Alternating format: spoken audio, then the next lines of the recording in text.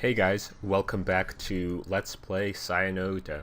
It's been a few days, and we did leave off on a rather interesting point. Saya had just come into Yosuke's house and done something to his mind. So, without keeping you guys waiting for too much longer, let's just jump right into it.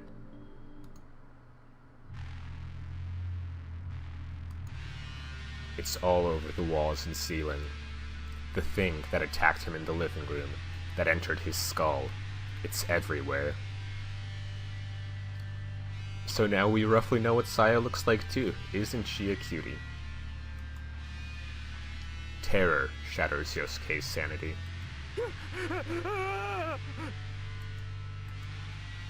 He throws off the thing lying on top of him, but his wild flailing sends him crashing to the floor. But is it really the floor? The long, wriggling fibers of what should be the carpet are winding themselves around his fingers. Oh, that does sound rather unpleasant. The floor is made of worms. He tears his limbs free of the worms and tries to stand, but loses his balance and goes crashing to the floor again. The worms immediately swarm over his entire body. Where the hell am I? Where did that thing take me? Yosuke crawls across the worm-ridden floor towards the only exit from the pulsating room. When he gets outside, however, he finds that the hallways and other rooms are all made of blood, bile, and rotten meat. There's no place to run. What is this? Remember in Fuminori's flashback where he was talking about how it was fortunate he was bedridden at first right after the car crash because it gave him a bit of time to get accustomed to his surroundings looking like this? That's just a fun thing to keep in mind, I figure. Most terrifying of all, this hellish place has the same layout as Yosuke's house. In a half-mad daze, he wanders through the warped, nightmarish version of his home.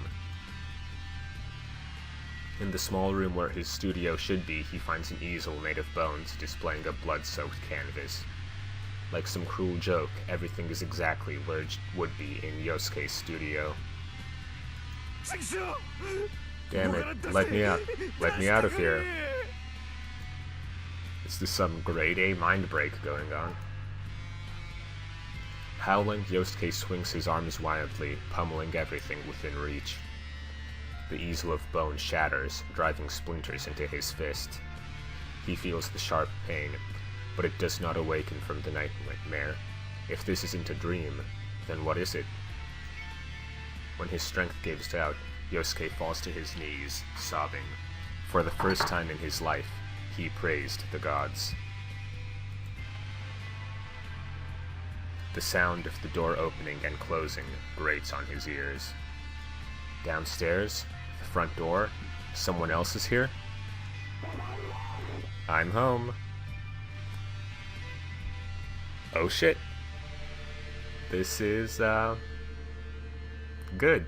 This is great. I'm sure you guys are all happy. Happy as clams. Yosuke trembles at the blood-curdling sound. It's that thing again. The monster has returned. Daddy, I'm home. Where's dinner?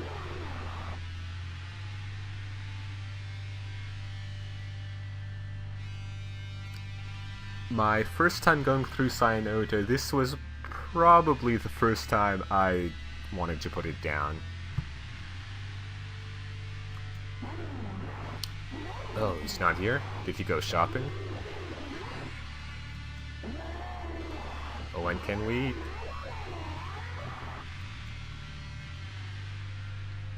Yosuke hears the sound of something slimy sloshing its way up the stairs.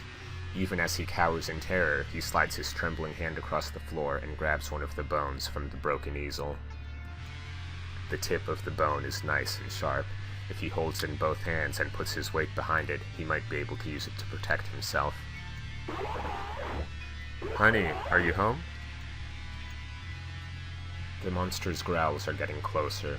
Holding his breath, Yosuke presses his back against the wall next to the door. It's too bad we don't really get a description of how his whole arms must be trembling or the hyperventilation or anything like that, because I am 100% certain that is how the situation goes. The pounding of his heart is like thunder in his ears, so loud that he fears the creature might hear it. He knows that he might be eaten if it finds him again, but it's all he can do just to keep from crying. At last, the door to his room swings slowly open. Honey?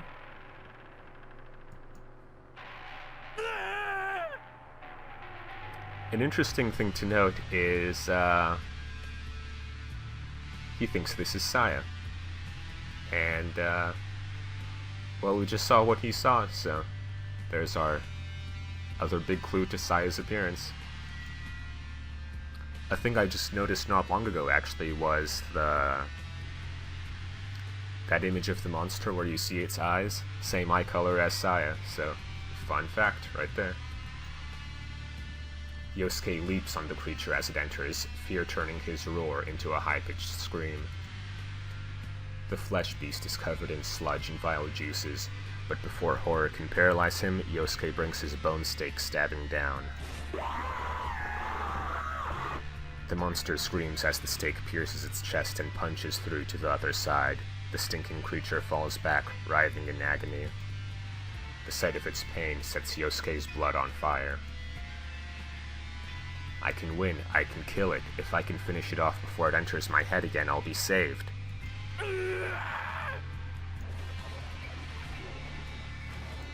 Grabbing the bone with both hands, Yosuke twists again and again, gouging an ever-widening hole out of the monster's flesh.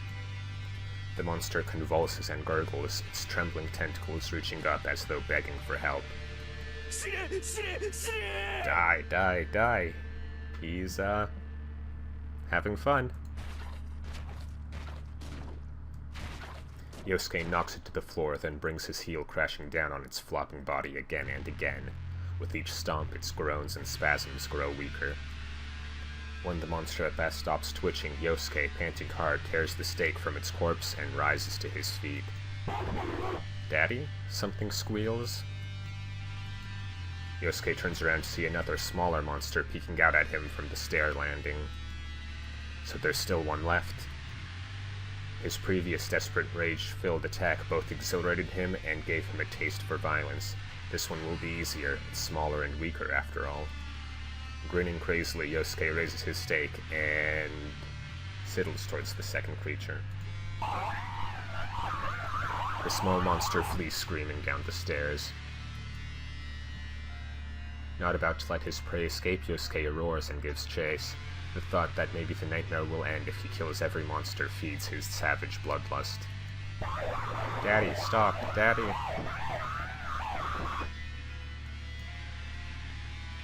When the monster trips and falls in the dining room, Yosuke leaps on top of it and brings the stake down with all his might. He stabs it again and again, mercilessly shredding and pulverizing its flesh, his bloodlust unsatisfied until there is nothing left of its original shape. Eventually, the only sound in the house is Yosuke's heavy breathing. He has killed 2 monsters, but the nightmare shows no sign of ending. Yosuke staggers to the front door and goes outside.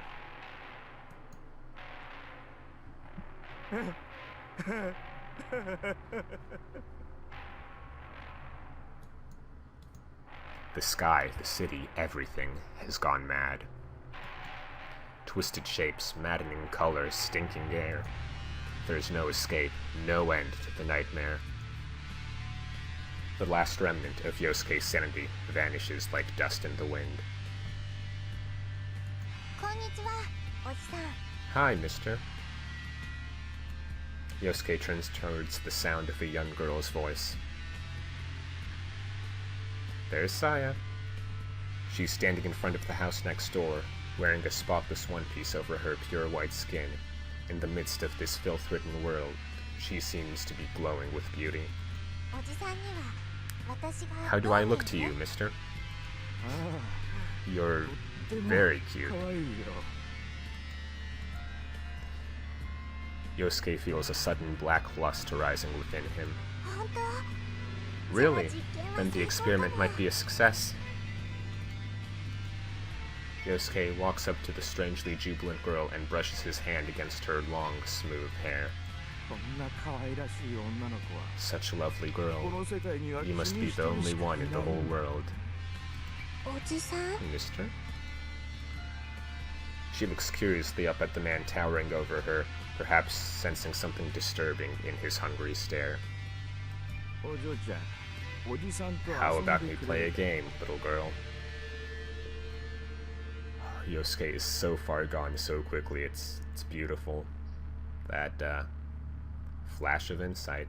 Man, I really want to get a PS4 play Bloodborne, because that is just exactly what his deteriorating mental state makes me think of. But PC only for now. Anyway, yeah, let's get back to Saya. How about we play a game, little girl? Okay, but what are we going to do? Yosuke says simply, everything that will please me, of course. Grinning broadly, he grabs the girl's collar and tears the front of her one piece wide open. Shock and fear twist the girl's lovely, delicate features, stimulating Yosuke's sadism. Even after killing those two monsters, the embers of violence are still smoldering in his heart, and now they have new fuel to burn. I like your expression, girl. Won't you show me an even prettier one? No. Tears in her eyes, the terrified girl flees into the Sakisaka house. Yosuke runs after her, feeling the joy of the hunt. No, stay away! Even in desperation, she has no hope of outrunning an adult. Yosuke charges down the hallway and easily catches up to her in the kitchen. He grabs her from behind and wrestles her to the floor before she can resist.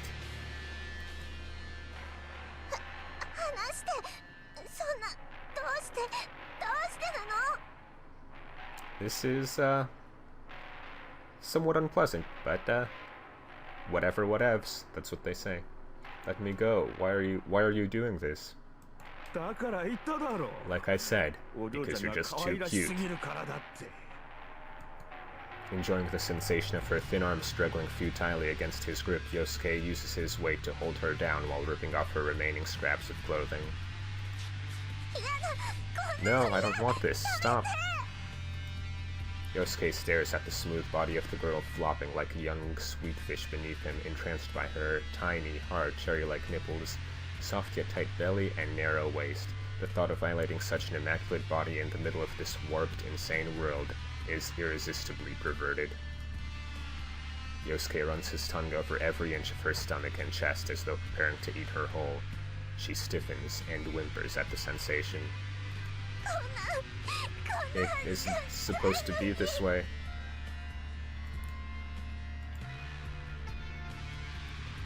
Her tear-choked voice satisfies Yosuke's lust for conquest. This nightmare has violated him, but now he is able to visit the same torment on this innocent girl. Where he was the victim, he is now the victimizer. The release he feels is intoxicating. His manhood is ready and waiting, so he frees it from his pants. As he playfully prods the girl's tightly shut slit with it, she finally starts crying in earnest. No, stop. I'm scared. Fuminori! I haven't done anything yet.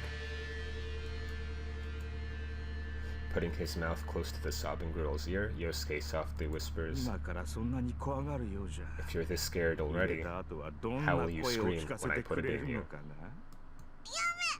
Stop. Staring into her wide-open eyes, Yosuke drives himself deep into her body.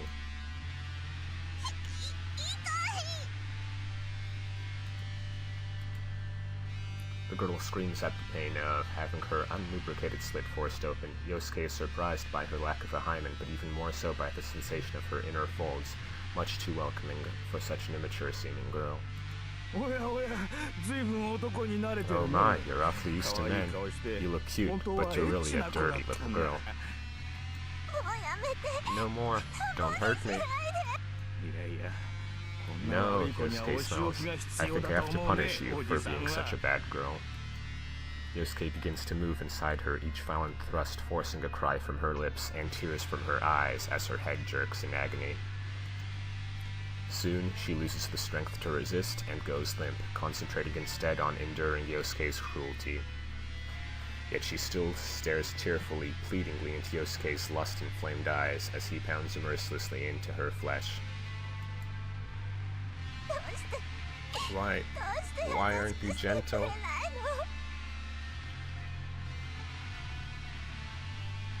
Huh.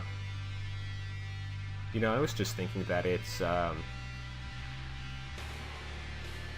very sweet how she and Fuminori are always gentle, because, in my experience, all of the bitter, resentful, hateful people are the ones with rape fantasies, so, of course, there is not a huge sample size to that, but anecdotal, whatever. Actually, I'm really curious if the author to this Urobuchi was into that, because, with the sort of content he creates, it doesn't seem like it would be too far off the mark. Anyway, rambling about that done, let's get back to this. Why aren't you gentle? Because you're cute, Yosuke roars, his breathing wild with passion. You're too pretty not to hurt, too beautiful not to break. The girl's pained, choking gasps, the despair in her eyes, only intensify his ecstasy. Help me, Fuminori.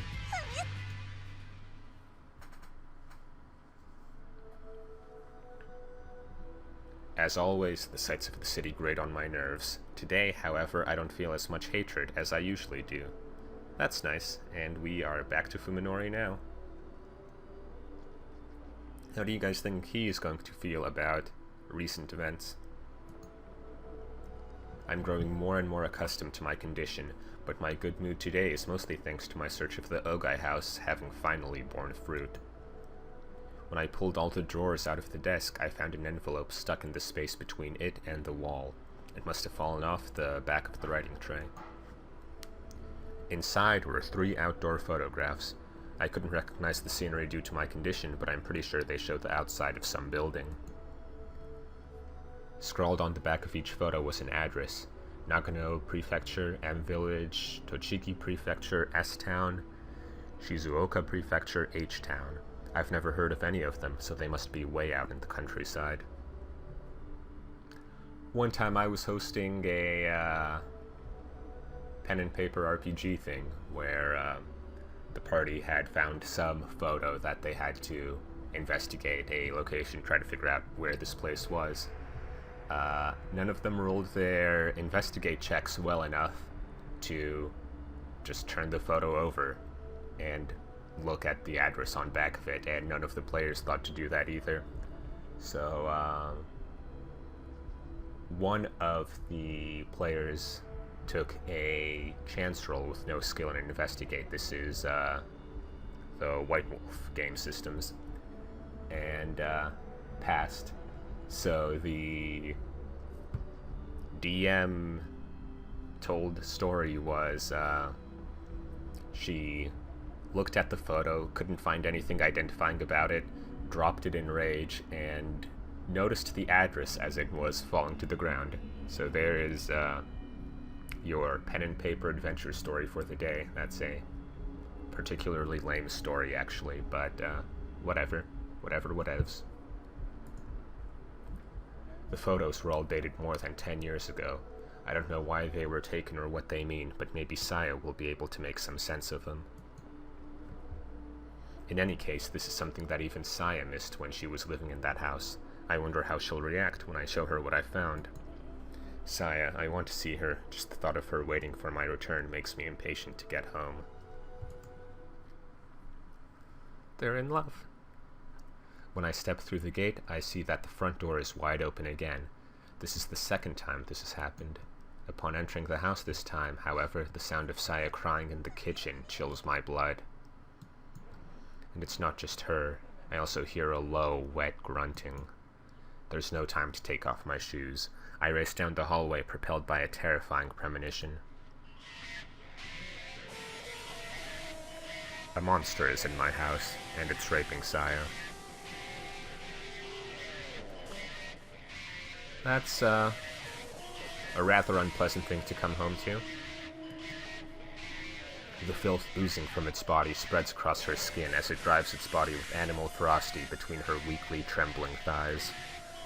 The monster forces its grotesque penis deeper and deeper into her, each brutal thrust warping her vagina in clearly painful ways. Each time the beast moves, Saya's sobs become cries of agony. She looks at me with tear-filled eyes and calls my name in a weak, breathless voice. I really like this music, by the way. I just like the soundtrack to this game in general. I've, got it in my car to play sometimes when I feel like pretending for Fuminori. It's fun. Anyway, back to this. Fuminori, help. Rage erupts inside me like black lava, its enormous power making me lightheaded. Yeah, see, there you go. The eye there, same green as Saya's eye. The monster finally stops mindlessly gorging itself on Saya's body and turns its head to look at me. Surprised by my own composure, I easily slip past it and grab the meat cleaver sitting next to the sink. Yeah, Fuminori's used to seeing this by now. It's been, weeks probably, if not longer. Without a moment's hesitation, I slash at what appears to be its face. It screams and staggers away from Saya. My attack must have blinded it because it flails its tentacles wildly as it tries to drive me away. This is a really badass image right here, with even the, fleshy whatever growing on the knife. My bloodlust still unsated, I calmly seize one of its tentacles and plunge my weapon twice more into its quivering flesh. The blade slices through its body with fascinating ease, each strike sending its blood spraying into my face. As I carve the monster to pieces and hear its hideous screams, my mind is finally consumed by the flames of rage. This thing hurt my Saya. No mercy, its death alone won't satisfy me.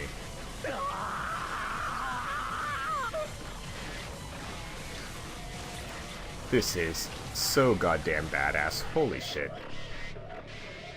Blown away, every time. I give myself to the fury, howling at the top of my lungs as I slash and slash and slash and slash. Even after the flesh beast stops moving, I keep slashing until I realize that its corpse can no longer feel pain. Cursing myself for killing it so quickly, I angrily stab the cleaver into the floor, snapping it in half. Damn fucking straight. When my thoughts finally begin to regain some order, I find myself still digging the broken knife into the kitchen floor. The monster is gone, all that's left are pieces of it scattered everywhere. I stop cutting into the tile, and in the sudden silence I can hear Saya's faint sobs coming from a corner of the kitchen. Saya. Unable to find the right words, I pull the cowering Saya into my arms. She stiffens in fear at first, but as soon as she realizes that it's me, she clings to my body and cries. Fuminori. I was scared, so scared. This is really sweet. Not knowing what to say, I can only keep holding her. This should never have happened to Saya. Everything is to blame, yes, including myself. I couldn't protect her. If I'd been with her, then maybe I could have stopped this. I'm sorry, she says over and over again, her voice choked with tears. Not wanting to hear that from her, I pull her head into my chest. Don't say that, Saya. It's not your fault. I try to reassure her, but she shakes her head vigorously in denial. No, it is. I did it. I don't understand. What's she saying? You did what? I messed with his brain, she answers, glancing at the dismembered monster with her swollen eyes. I made the inside of his head the same as yours. I made him see the world like you do.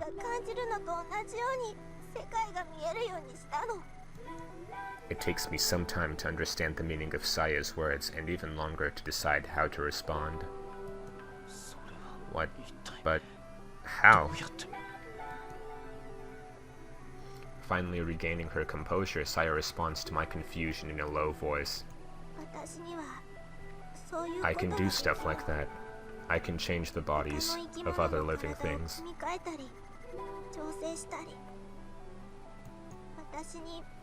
I've had this ability since I was born. Every organism is different, so I have to study them in detail before I know how to change them. By doing some research, I figured out what happened to your brain. So I wanted to see if I could do the same thing to someone else. But why? I thought that if everyone were like you, they would all be kind to me.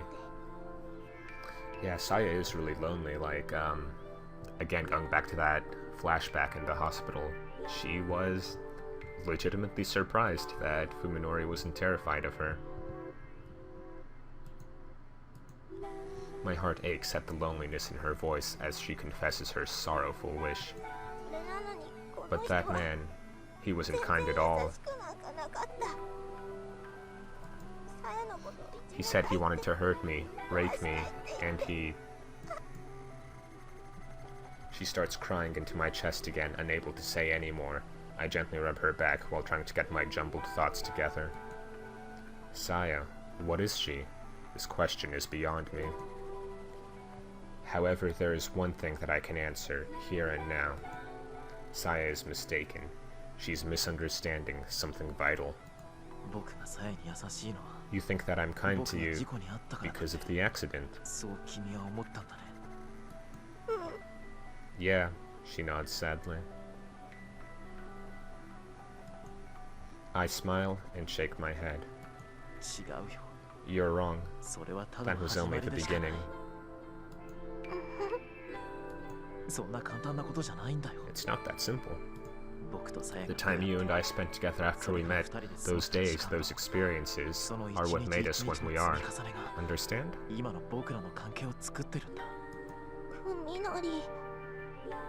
This is really cute too.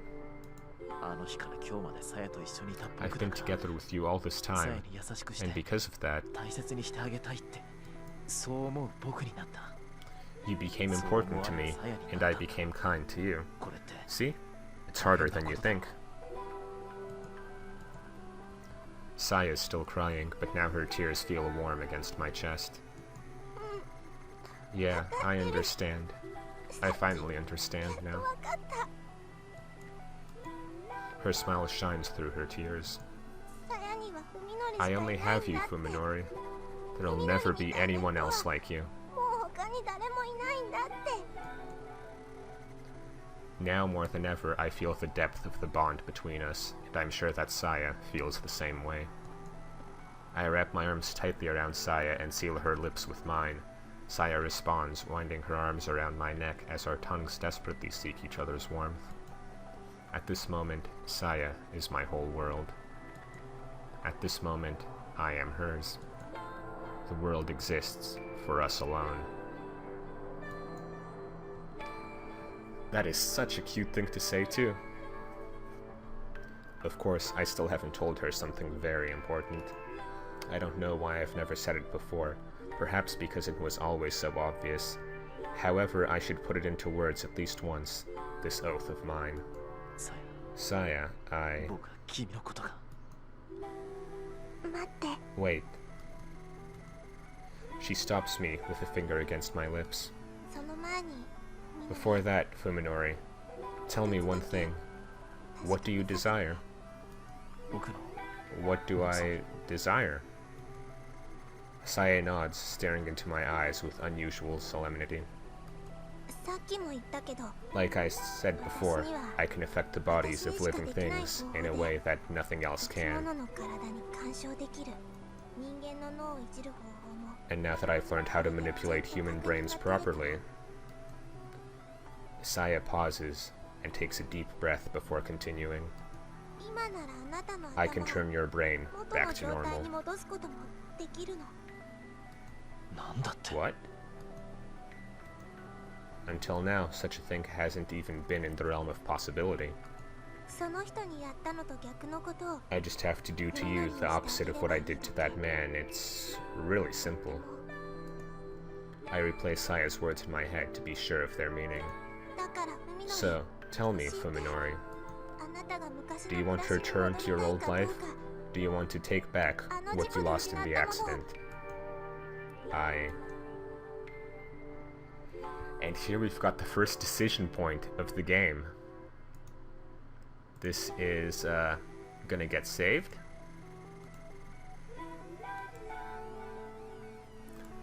And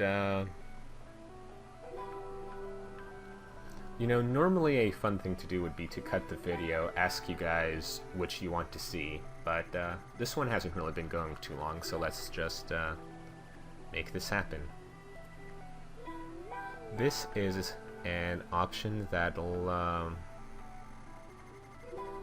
make the game a lot shorter. And with this we get a few more hours out of it.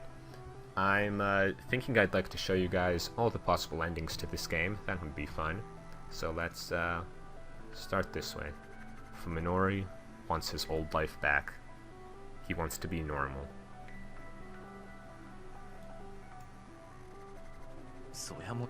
Well, of course, I answer without thinking. If it's possible to go back, then I want to, I think. I've never wondered if there could be any other answer. I stopped dwelling on this question a long time ago. If I'd been asked several months ago, I wouldn't have hesitated. Oh wow, it's been months. But what about now? What does it mean to wish for the past, and what could it do to me and Saya? As soon as these thoughts occur to me, my true feelings become unclear. The hurried answer I just gave her was less certain than I'd thought. Oh. Yeah, of course you would. Saya smiles softly, her expression an unreadable mixture of what seemed to be sorrow and relief. Seeing it fills me with sudden unease, as though I've just wounded her deeply with my careless words. Hey, Saya, It's okay, Fuminori. Don't say anymore.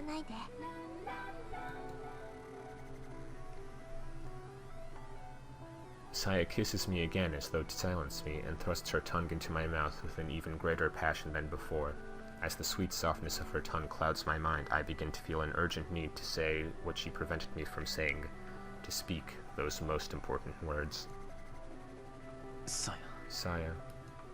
I can't speak for some reason, and my mind is hazy. My consciousness is slipping away as the euphoria from her kiss spreads to my entire body. Sleep well, Fuminori. I hear Saya whisper softly from far away. Don't worry. When you wake up, everything will be over.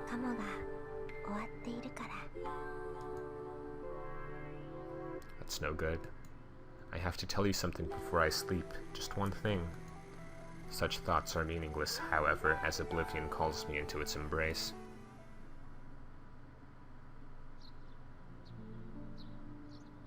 When I awoke, the first thing that greeted me was a terrible stink.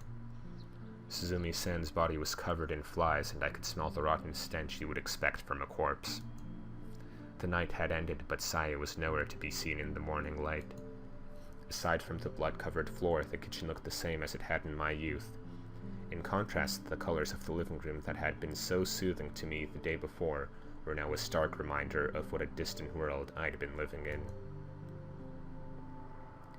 Knowing it would be futile, I wandered the house searching for Saya. For almost an hour, I tried in vain to deny reality. Then I called the police. When the operator answered, I couldn't stop myself from crying. It had been such a long time since I'd heard a human voice other than Saya's, after all. As became clear later, Suzumi-san had murdered his family before I killed him. Unable to give the police a satisfactory explanation, I was arrested for all 3 murders, and when they found the remains of Takahata Omi in my house, the charge became 4 counts of murder, and 1 count of mutilating a corpse. During my interrogation, I told them everything exactly as it had happened in every detail. The detectives didn't believe me, of course, but the psychiatrist who came later did. He had me moved from the jail to a much cleaner white room. That's right, this room looks just as stark white to me as it does to everyone else. In the end, they declared me incapable of answering for my actions. Everything that had happened to me was real, but was a part of reality that was incompatible with the world outside of this room, so the doctors gave me a tiny space all to myself, a place where I could live in my own reality. I am sad that I wasn't believed, but I know that it couldn't be helped. In this world, reality is what the vast majority of people say it is. I simply had the misfortune to step outside of that box. The walls of my room are undeniably white. Thankful for that alone, I will live out the rest of my life. Everyone said that there had never been any girl named Saya. Well, so be it. Saya was probably never part of their world. But why shouldn't I be able to hear Saya's voice here in my room? This is my reality, after all, a continuation of the very real time that we spent together. How long did I wait, with such thoughts floating through my head? One night, I awoke to the sound of something crawling down the hallway. The sound would not normally have woken me, but I must have had a premonition that night. Sleeping lighter than usual, I had waited for her arrival, and so I knew instantly that it was her. Saya なんだね。 Saya, is that you?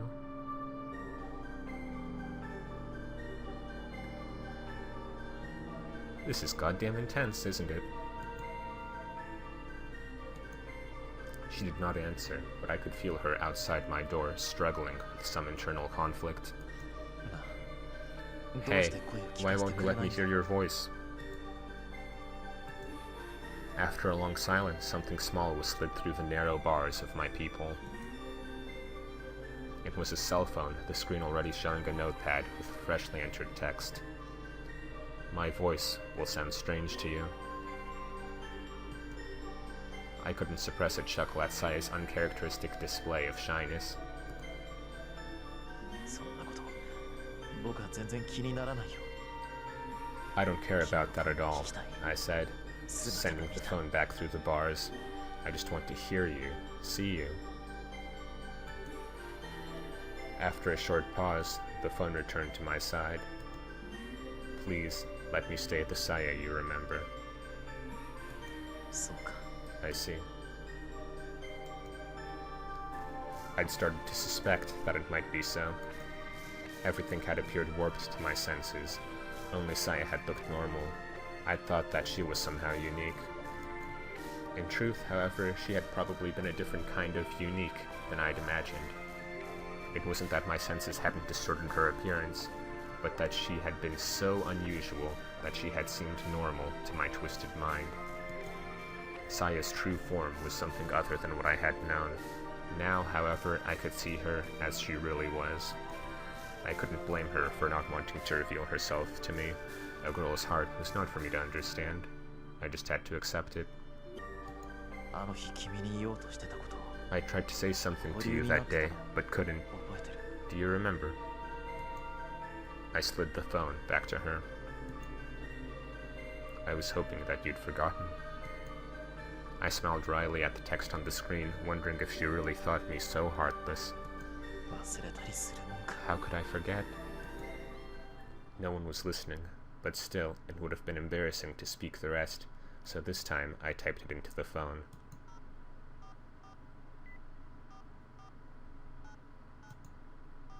I space. Yep, it's one of those old keypad typing phones.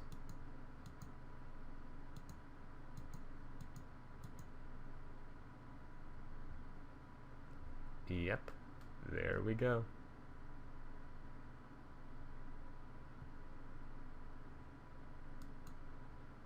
I slid the phone back through the slot. I could sense her trembling outside my door. I couldn't hear or see her, but still I knew Saya was crying silently. 僕は構わなかったんだよ。 I wouldn't have cared, you know. Perhaps my words offered no comfort, spoken so late. Even so, I wouldn't have cared. I had wanted to return to my old life, true, but I would have abandoned that wish for Saya. I know that I would have gone with her, hand in hand, as far as we could, even to the most forbidden of places. Saya, too, must have known that I'd been prepared, and because she knew, she stopped me from saying those words. If I had spoken that oath, there would have been no going back. She ended it before that could happen, and vanished from my life. I'm sorry. I was a coward. I look at the words on the screen and shake my head. 君だけが悪いんじゃない。 It's not your fault. 迷いがなきゃ If I hadn't hesitated then, 君だって勇気 you を would 出 have せた。 found the courage, right? そうだろ I was afraid of you, of how you were changing, because of me. 仕方ないさ。 It's no one's fault.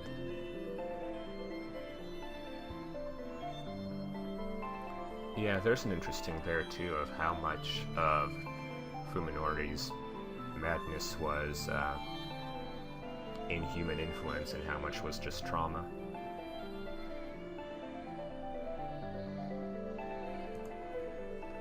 Saya couldn't bring herself to take everything from me, and I couldn't bring myself to give up everything for her. We were too weak to find happiness. さやはこれからどうするんだ。 Saya, what will you do now? I'll keep searching for my dad. He'll know how to send me back to where I came from. そうか。 I see. 帰りたいんだね。 You want to go home, Saya. don't you? A short time passed with no words or messages exchanged. I wondered how many times in that brief silence she considered answering yes or no. Yeah. When the phone finally returned, the characters on the screen seemed strangely uncertain. そうか。 Well, お父さん。 I hope you find 見 your つかると father. いいね。 I'll do my best. The time had come for our parting. She had chosen her path, and I had given her my blessing. Nothing more needed to be said. もしも気が変わったら、 If you 僕は change ずっ your とこ mind, こにいるか I'll always ら、い be つでも here. 来ていいから You can come see me whenever you want. I will. Thank you. Goodbye, Fuminori. I read her final message and returned the phone to the other side. さようなら。 Goodbye, Saya.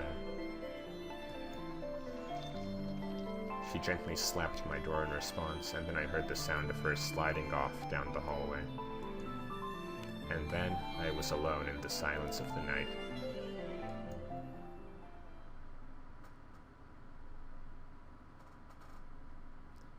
Ever since that day, I've been waiting. Perhaps Saya really did return to where she came from. Perhaps she is still wandering somewhere today, looking for her father.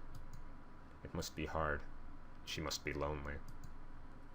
When she can no longer stand being alone, she'll surely return to me. I'm the only one who will comfort her with kind words, after all. And so, I will wait. Dreaming of her voice and her face, I will wait. Forever in my white world.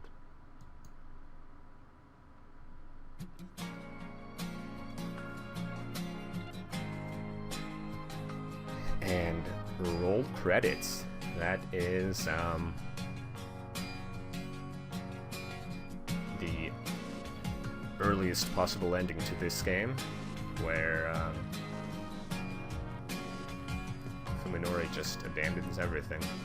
Or not abandons everything, gets back to everything. Or tries to, but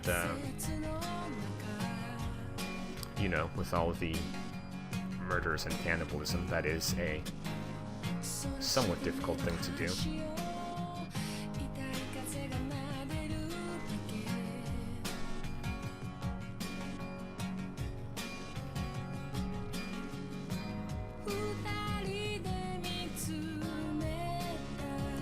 I like how even with Saya being very inhuman, that was some very human emotion going at the end there. So, yeah, that's awesome. And that she was legitimately concerned for what she was doing to Fuminori, too.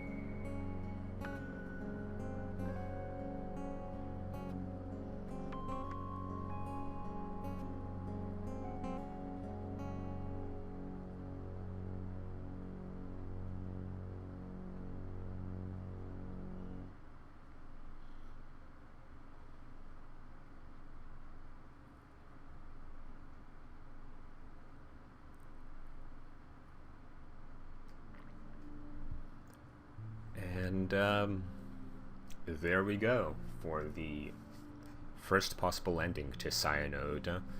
It's got very many unanswered questions, and raised a bunch of questions actually, like where did Saya come from? I suppose it just raised that one question actually. And what does Ogai really have to do with this whole knowing what Saya's home is? It's still a lot to discover, and still a lot of Fuminori and Saya's relationship to see if we go for the alternate path in which Fuminori tosses or makes peace with his condition and stays with her. But that's going to come in a later episode. For now, I'm going to call this episode here. Hope you guys have been enjoying Sayonode, because that was a rather intense episode, and we are going to see a lot more intense things in the coming sessions. So, hope you're ready, and keep it up with whatever you're up to. See you later.